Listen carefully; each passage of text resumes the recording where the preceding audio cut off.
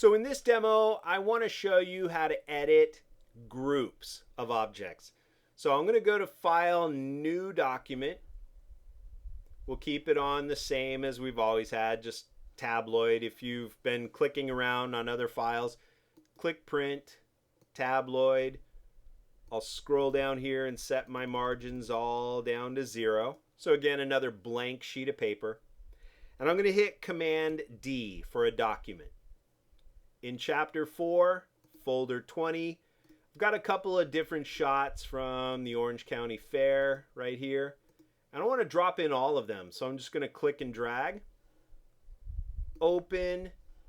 And this is a decent shot, so I'm going to click and drag right about there. This is going to be a nice background shot, so I might want to click and drag way down to there. Okay, this is a simple inset shot, so we'll click and drag right here, and I'll click and drag right here, and I'll click and drag right there. Okay. Now the problem is I lost that first photo, so I'm going to click on the big photo and just say Object Menu, Arrange, Send it to the back. There we go. Now I've got all my photos. And I want to realign these into a nice little grid. Okay, so I'm going to click on the background photo for a second, lower the opacity. So I kind of have a nice little screen back right here. I'll lower it to about 40%. And I don't want this photo to move. So I'm going to come up to Object and lock the photo. I can click outside. I don't like to look at these icons. I know I locked it, so I'm going to hit W for preview. And just to make these stand out a little more, I'm going to select all 4 of those. Come up here to my stroke value, and I'll hit the up arrow to give it a 4-point stroke, just so they have a little bit of definition to the edges. But I want to make them a nice compact grid. So I'm going to use my smart guides.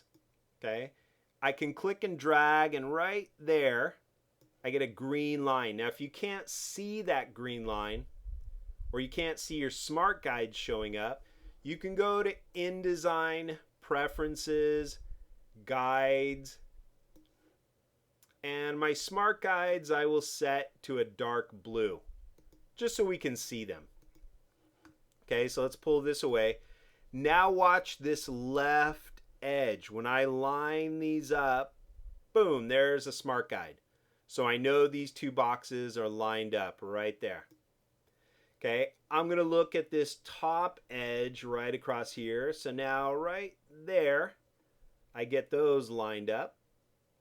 And I'm going to hold Command and Shift, and I'll blow up this photo a little more. Right about there. Okay, now I'm going to take this picture, drag it right there. It lines up with the top edge. I'll hold Command and Shift and bring it down a little more right there. Then I'm going to drag this side over. So now all the edges are kind of lining up with each other, but the goat doesn't quite fill the space. So I click on the content grabber.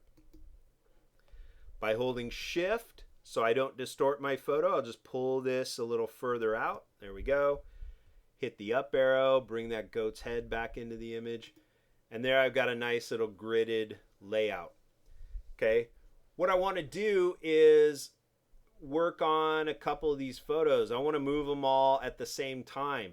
So instead of constantly dragging across and then moving them, and if I change my mind, I got to drag across and then move them down here and decide, no, I changed my mind. I got to drag across and then move them. I hate doing that over and over and over again.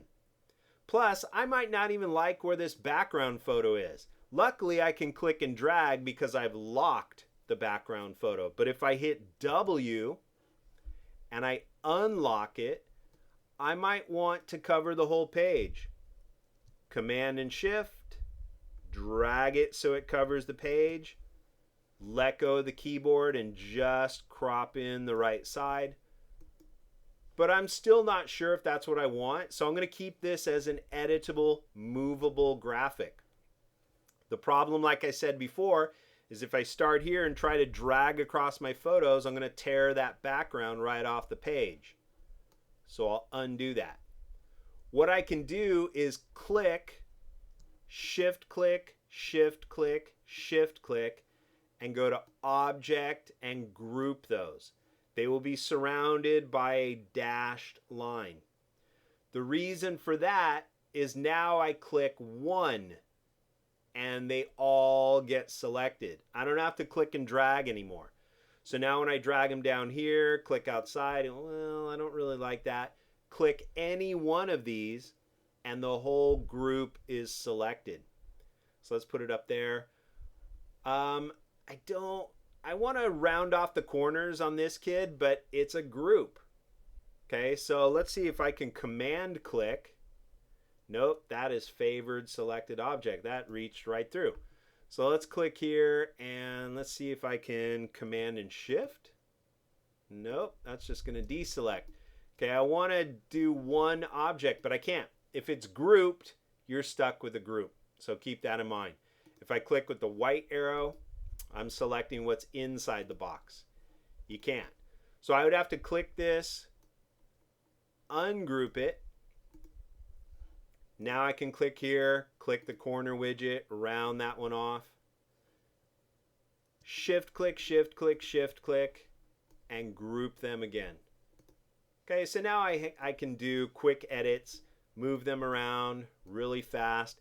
If I wanted all of them to have rounded corners, object, corner options, these are blank because this corner doesn't match the style of the other corner. So I'm going to link them. There we go. They're grouped. So they're all going to have that. So I'll go to the rounded, round off all the corners right there, click OK. And now I've got a group that I can pull around. So there you go, working with groups. When you're done, object and ungroup. And now I can move this one out.